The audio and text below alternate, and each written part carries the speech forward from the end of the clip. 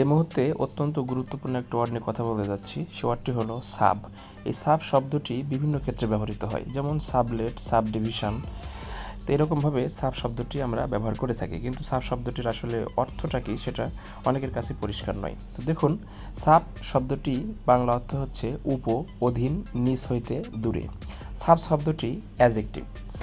Synonym: under বা tributary. Sentence: the postmaster uses this room as sub post office. Postmaster এই ঘরটিকে উপডাকঘর হিসেবে ব্যবহার করেন। তো ভিউয়ার্স, এরকম অনেক শব্দ রয়েছে যেগুলো আমরা সচরাচর ব্যবহার করি, কিন্তু সেটার সঠিক বাংলা না জেনেই ব্যবহার করে থাকি। তো আপনার প্রয়োজন যে কোনো শব্দ জানতে এই কমেন্ট বক্সে, এই চ্যানেলের যে কোনো ভিডিওর কমেন্ট বক্সে উল্লেখ করলে আমরা সেই শব্দটি নিয়ে ভিডিও তৈরি করব।